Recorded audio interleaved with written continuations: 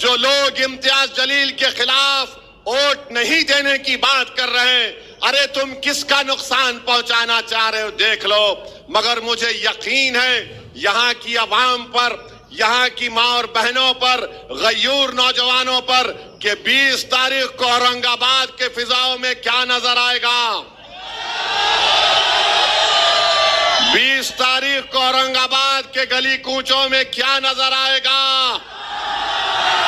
ہر گھر سے کیا آواز آئے گی، ہر دل کیا پکارے گا، ہر دعا میں کیا ہوگا. تو میرے عزیز دوستوں اور بزرگوں، میرے بھائی امتیاز جلیل کو کامیاب کریے. السلام علیکم ورحمۃ اللہ وبرکاتہ.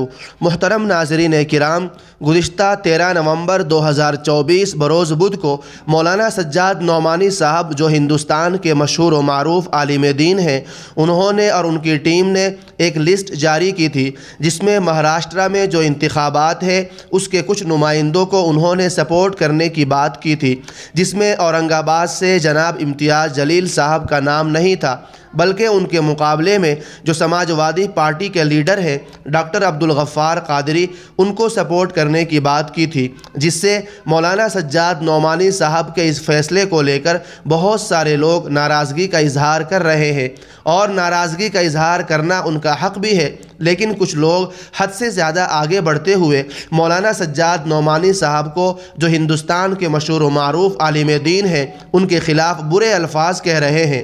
ایک عالم دین کے خلاف اس طرح کی زبان استعمال کرنا یقیناً اپنے لیے آخرت کو خراب کرنے کے برابر ہے.